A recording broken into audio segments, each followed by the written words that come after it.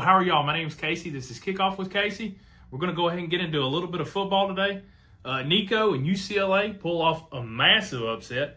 Texas falls to Florida.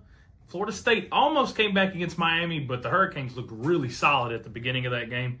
Vanderbilt can't hang with Bama. All that and more coming up. Don't go nowhere. So thank y'all for hanging out with me today. We've got plenty of football to talk about. I do want to start with the UCLA Penn State game. First of all, I think most of y'all know, anybody that's been watching this, I'm not necessarily a big fan of Penn State or James Franklin, so good for UCLA. Also, good for Nico. He had a great game. Somebody tweeted out, it's one of the blue check marks on Twitter. I call it Twitter still. One of the blue check marks sent out a tweet the other day. They said, at his best, Nico is a top 3 college football quarterback. I don't know if I agree with that, but if you have somebody saying that, then you're probably pretty good. And he can be good. UCLA fans have already found out that he's not extremely consistent. But maybe for him, going forward, maybe he figures something out. Also for UCLA going forward, we got to talk about Neuheisel. I thought it was the first time he had ever wore a headset. I mean, he said in an interview afterwards that he hadn't even practiced with a headset on. He had never called plays before. So that's an awesome moment for Jerry Neuheisel. And, of course, anybody that got to see this the other day, this was just one of those really cool moments. His dad, Jerry Neuheisel's dad, Rick Neuheisel, was in I believe it was CBS. I believe he does the CBS analyst stuff. And he was actually in the studio, and they had a lot of video of him kind of behind the scenes rooting on his son. He actually put out an apology on TV to Penn State fans. He said he had his dad goggles on.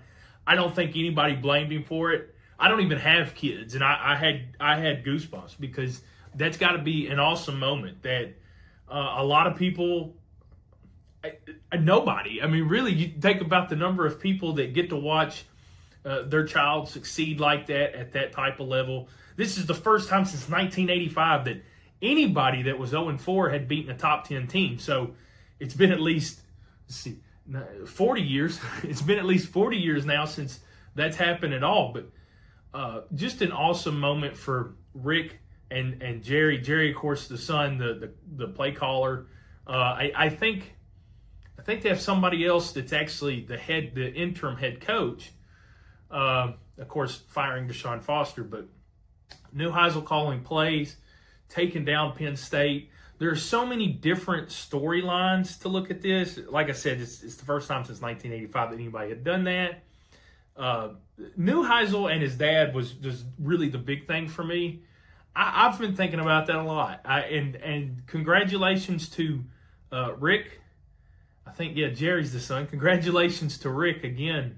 It's just got to be such a heartwarming moment to see your child succeed like that. So, awesome moment from last Saturday.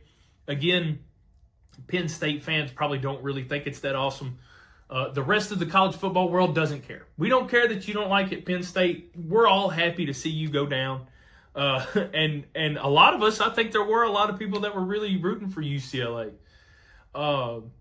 Again, Nico had a great game. They did a lot of things really, really well. The one play at the end where UCLA went out the back for a safety, great play, by the way, for the Bruins. But if you're Penn State, how do you not go after the punter? I mean, there's only like 20 seconds left. I guess they were trying to play for the return. I don't know. Not my problem. James Franklin goes down. I've been trying to tell y'all he's overrated. One of the most overrated coaches in all of college football. A lot of people have been talking about, does Penn State have a James Franklin problem? I don't know. Maybe. Again, not my problem. I hope they do have a problem. But we'll move on to the next thing. And I wrote, you can see it right here, James Franklin bad, ? So I wanted to talk about it. And I don't think he's bad. I think he's overrated.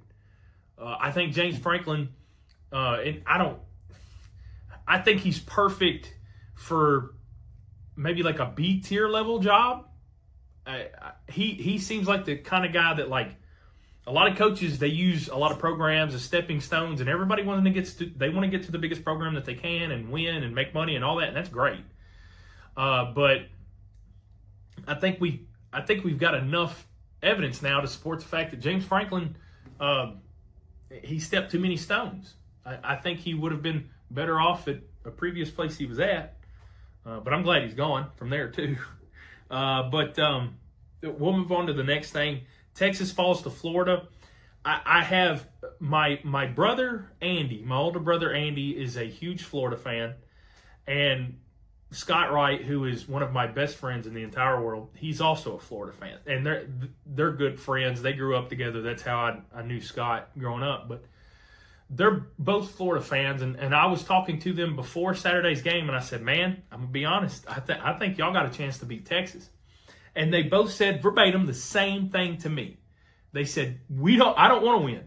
They wanted Billy Napier out, which makes a lot of sense. I think if you're a Florida fan, I think most people do want him out as Florida fans. I think he may have saved his job. Definitely, at least in the meantime, he saved his job. But it's amazing how many Florida fans really didn't want to win that game. But the writing was on the wall. Texas offense had not looked great. The defense for Texas has been great, phenomenal all year long. It's one of the best defenses in the entire country. Napier came up with a plan and they executed it. Good for them. Also, Texas has yet to beat a Power 4 opponent. I just thought that was funny. They've been kicked out of the top 25, which I'm always one of the guys, I like to complain about the top 25. I still think Texas is one of the top 25 teams in the country. And this week, they're going up against Oklahoma, and they're 2.5-point favorites. Oklahoma's number 6 team in the country. So what's that tell you about the AP poll? I get it. The quarterback, John Mateer, he's hurt. So I understand why Texas is favored, but I don't know. AP poll kind of bothers me, but we'll talk about it here in a minute. Let's see.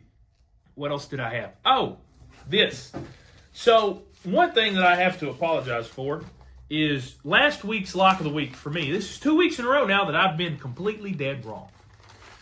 So last week I took Iowa State to beat, Cincinnati or whoever it was they were playing. I think it was Cincinnati. I wrote it down here. I can't remember where I put it now. It was Cincinnati. 38-30, they lost. So again, anybody with more than 2 brain cells, you've probably figured out by now to not listen to what I'm saying. That's fine. But I got to stop talking good about teams. I wrote that down. I actually wrote that down. Stop talking good about teams. I'm going to do that. And my lock of the week this week is going to be fun. Wait for it later because I'm going to pick a team that I want them to lose. I don't know if it's going to work, but apparently I got bad luck, so we're just going to run with it. Let's see. I've got a few other things that I'd like to talk about before we get into the top 25 rundown from last week. There's not a crazy amount of news from the past week. There was like 6 or 7 teams in the top 25 with a bye. So just now the news we did get, it was a wild week with, again, Nico, UCLA taking down Penn State, Florida beating Texas. A wild week, but just not as many games to talk about. But we are going to go to a commercial real quick. Make sure y'all hang out with me and come on back, and we're going to talk a little bit more college football. He shoots, and he scores! Yeah!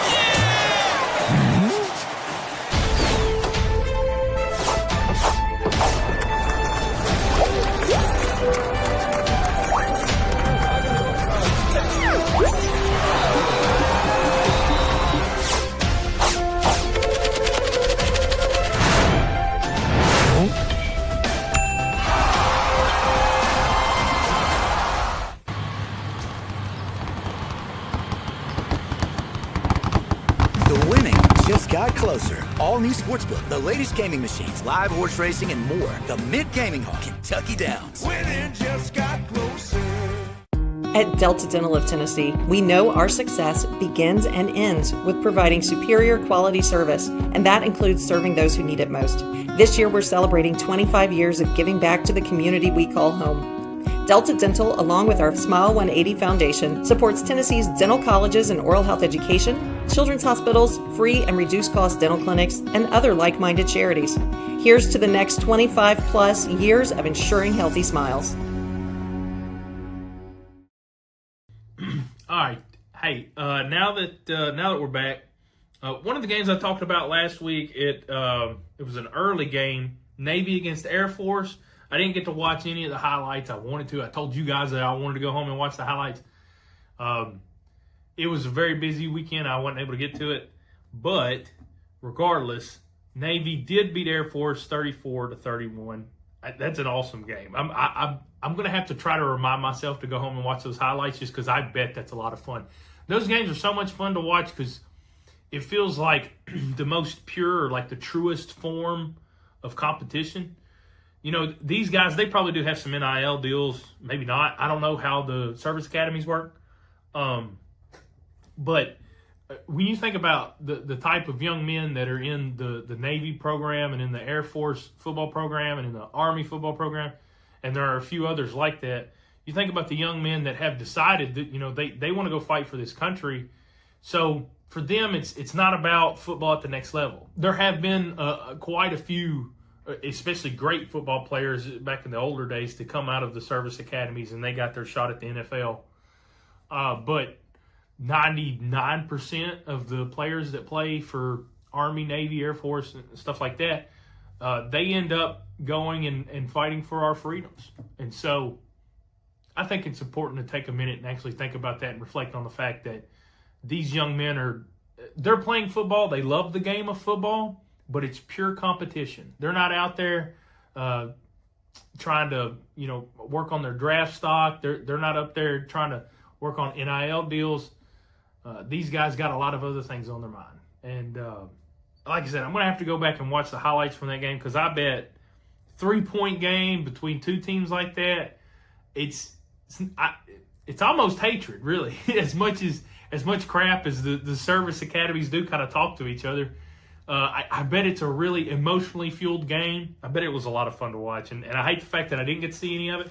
I was, and you may notice I'm a little red. I was out at Creekwood's Red Hawk Stadium on Saturday, but they played Friday night. Dixon County played on Saturday morning against Spring Hill. And I didn't realize until later that night when I got back home that I was burnt. My face is not as bad. Maybe you can't tell on video, and I hope not. But this part right here on my neck, because, you know, that's the part that was underneath my shirt. Or you could see it through the shirt, I guess. But, it was just torched red. And I had no clue till I got home. But, so I was busy on Saturday, wasn't able to catch. I didn't watch many football games at all. When Tennessee doesn't play, I don't really lock in as much for college football. I don't know. Does anybody else feel that way? I mean, like, if your team doesn't play, you don't really get into it. I don't know. Maybe that's just me. But one other thing that I did want to talk about here, too. Western Carolina's quarterback, I wrote his name down. Oh, what was it? I thought I wrote his name down.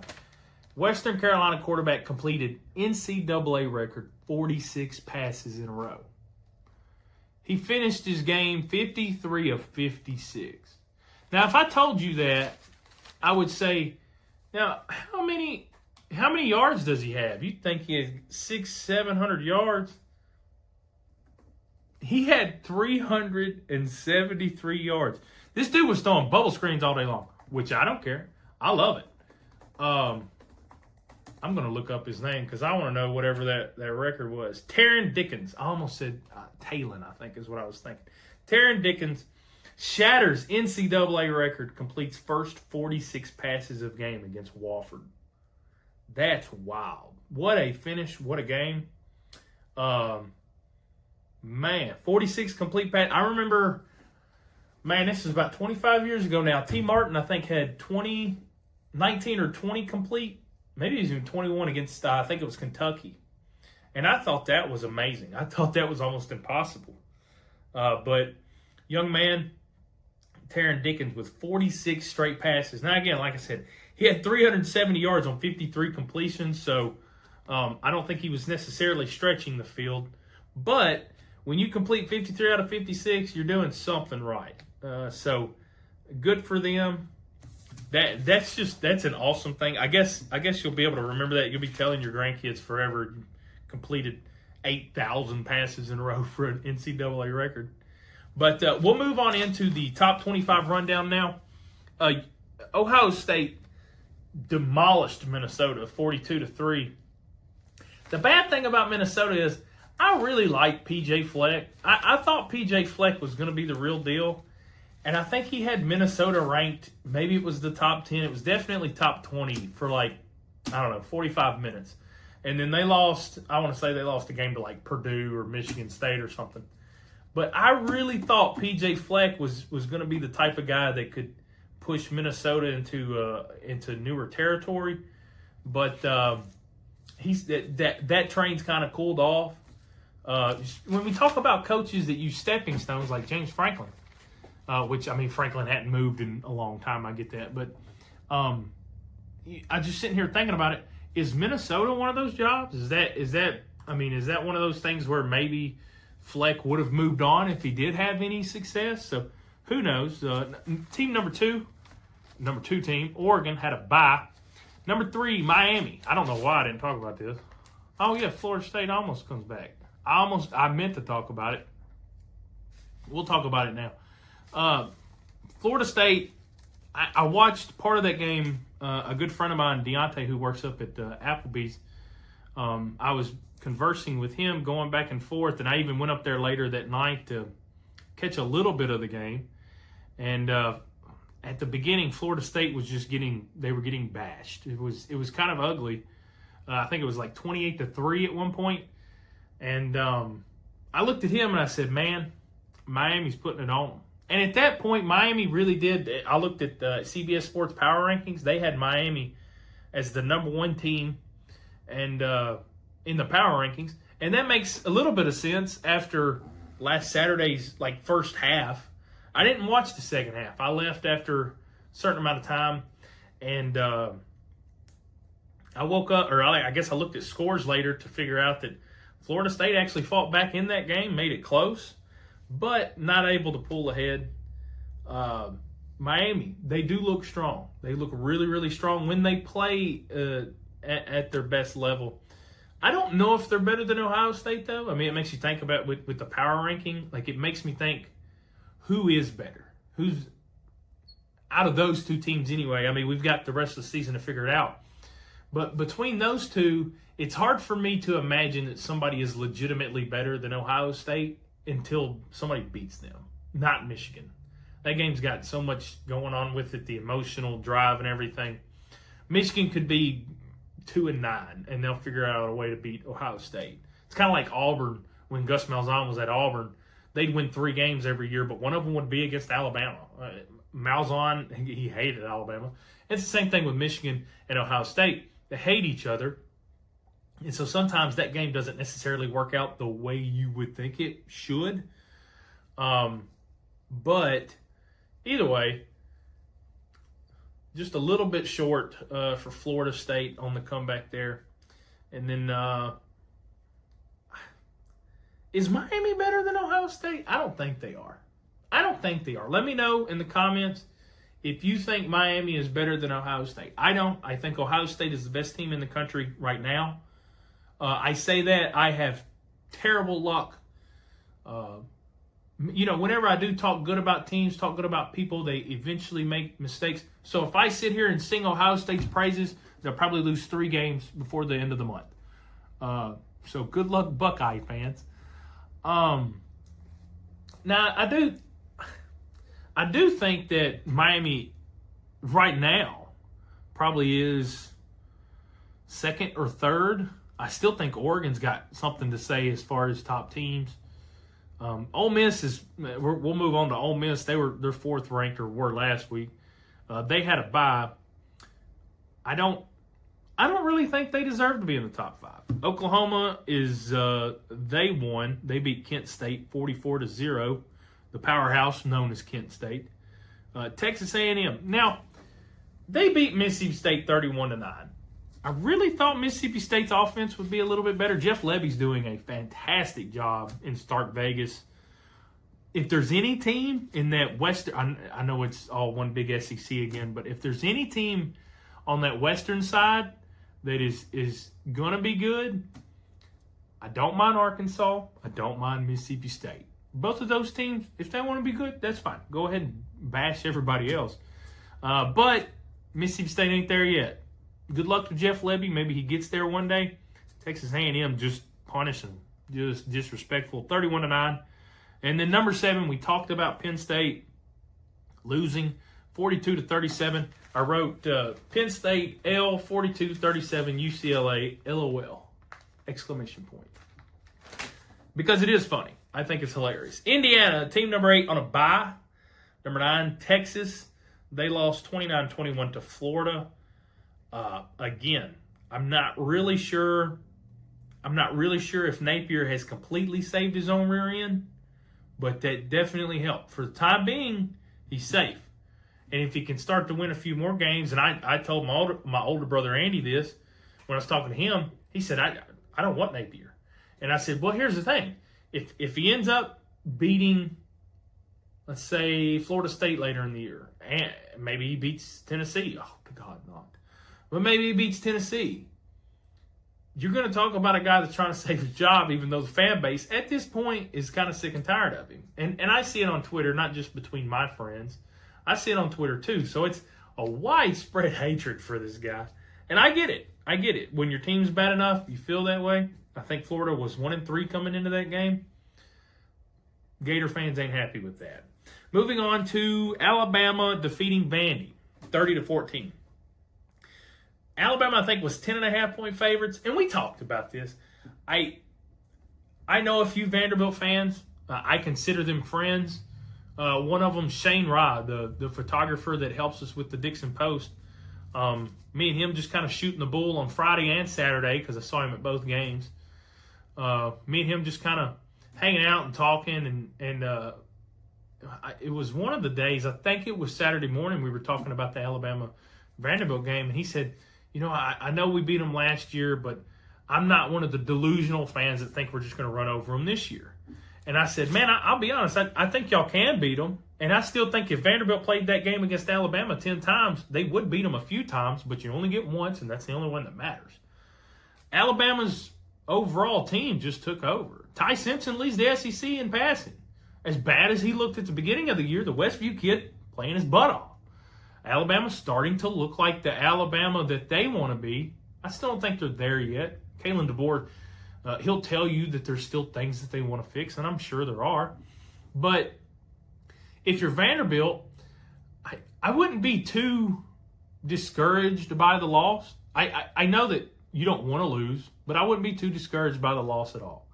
Because realistically, I think the difference right now is just depth. Maybe your frontline talent, definitely frontline talent at Alabama is better than Vanderbilt. But the depth is what I think really hurt Vanderbilt. And now that, just like Pavia said, now that we are in the NIL deal era, Vanderbilt may be able to pay for a few guys to come around and help them out. I think Clark Lee's doing things the right way. They're improving. They're getting better as a program. I hate every bit of that. I hope they lose like they did last week every week. But that's not going to happen because Clark Lee's doing it the right way. I don't like how arrogant Diego Pavia is. I'm the most arrogant person I know. I don't want to be hypocritical, but I don't have to like them either. But they are good. Vanderbilt is good. They're just not top 10 good yet. And Alabama is. We'll move on to Texas Tech taking down Houston 35-11. I got to see a few plays out of that game. Two things I want to tell you about. Texas Tech has a middle linebacker, Jamie Rodriguez, I think is his name. That kid is the truth. He had to leave with an injury against Houston in the game, but he looks like a first-round draft pick. Like he plays like Luke Kuechly, and he looks like Brian Urlacher. Kid moves around really well, smart, makes plays. Just one thing I noticed for Texas Tech. The other thing for Houston, they had those old Houston Oiler jersey, the blue, the powder blue with the red outline, gorgeous, beautiful. Amy Adams Strunk, if you watch this, please, God, let's wear those jerseys. Moving on to the next one. Georgia defeated Kentucky 35-14. Usually Kentucky puts up a little bit of a better fight against Georgia than that. Maybe that was just last year. Maybe I'm just talking ignorance. Either way, Georgia putting away Kentucky like they should. LSU, bye. One of the 6 or 7 that we had. Iowa State, we talked about this, lost to Cincinnati 38-30. Team 15, Tennessee, on a bye. Guess what? If you're a Tennessee fan, we didn't even play last week, and we finally moved up in the rankings. Moved up 3 spots to 12.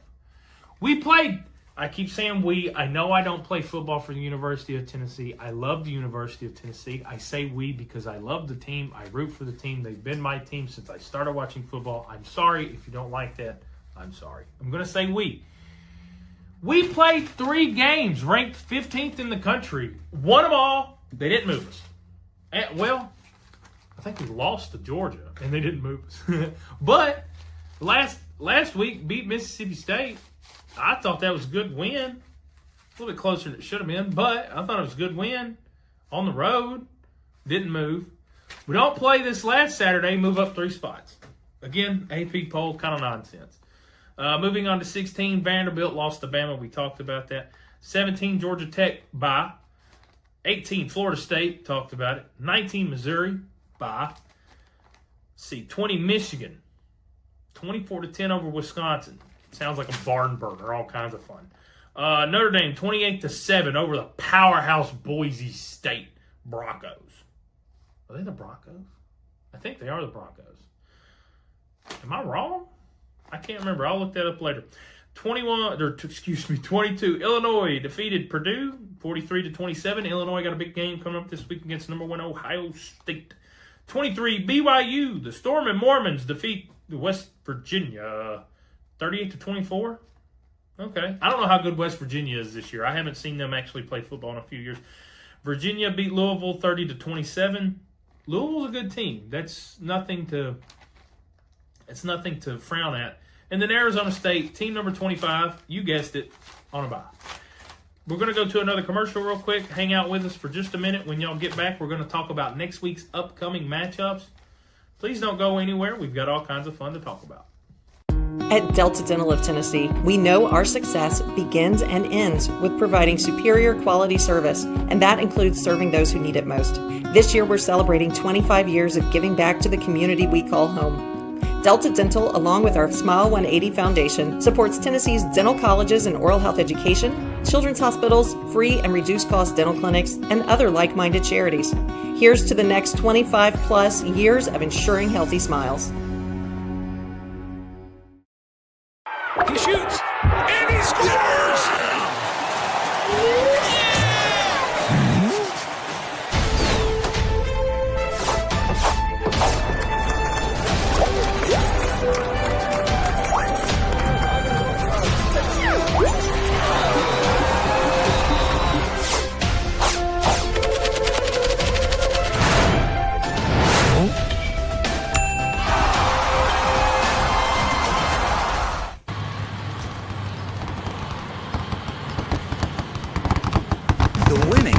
Got closer. All new Sportsbook, the latest gaming machines, live horse racing, and more. The Mid Gaming Hall, Kentucky Downs. Winning just got closer.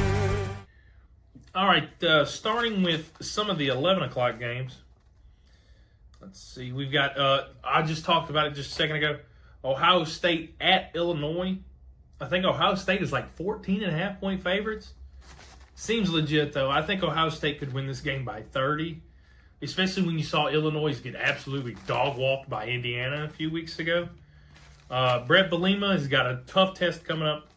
We've got another 11 o'clock game. Bama at Missouri. I don't think Missouri's really been tested yet. I think they're number 16 in the country now, 16 or 17. This is going to be their first real test, I think. Bama's been tested a few times, but they're going on the road at what seems to be a decent Missouri team. You guys know I hate Alabama, but I cannot stand Drinkowitz. This is like a lose-lose or a win-win game, depending on how you look at it. if you've got the right type of attitude, you can be happy that either one of them loses. Moving on to 2:30, Indiana at Oregon. I think that's the only top 10 matchup of the week, which should be fun. I'm afraid Oregon's going to. I think they might beat them really bad. I think Oregon. I think Dan Lanning is. I think the Ducks are just going to overpower Indiana the whole time. They may not even put the ball in the air. I don't know. Dante Moore, though, has looked fantastic. I told you guys he's a great quarterback. I think Oregon could keep the ball on the ground the whole time and just push straight forward and beat Indiana. They might do it. Oklahoma at Texas. Oklahoma's 2.5 point – or no, Texas is 2.5 point favorites. The game's at Texas. Man, they're unranked. Oklahoma's 6th in the country. That's a wild game. The Red River Shootout. Well, I said it's at Texas, but it's at the Red River. Man, I don't know. I don't know how that game's gonna play out, but I'm kind of surprised that Texas is 2.5 point favorites. But I'm also not surprised because of the quarterback injury. I don't know. I don't think Mateer's coming back. He had hand surgery like 8 days ago, so or 6 days ago. I can't imagine he's ready to come back. And then Michigan at USC. Michigan is ranked. I think they're in the top 20. USC, of course, is not ranked, but USC's 2.5 point favorites. That's going to be a 6:30 game, late game. That could be a lot of fun. I don't know what's going to happen there. But on to the final segment, my lock of the week. I sit here and I didn't really think about it too long, but Georgia is on the road at Auburn. I think, like I said, Georgia did what they should have against Kentucky last week. I don't think Auburn's bad. Let me get that out of the way. I don't think Auburn's bad. But they're more than 3.5 points worse than Georgia. Georgia's only 3.5 point favorites here. Now, I told you earlier about my lock of the week, and I've apparently got some bad juju, and I'm just throwing everybody off. So, hey, Bulldog fans, congratulations. You get that bad luck. I'm taking Georgia to beat Auburn by more than 3.5 points. That's my lock of the week. I want to thank you guys for coming and hanging out with me. This is my 30 minutes, my free therapy that I get. So thanks for hanging out with me. And again, if you've got anything you want to say, you want to complain, you want to tell me how I'm right, tell me how I'm wrong, comment, and we'll see you guys next week.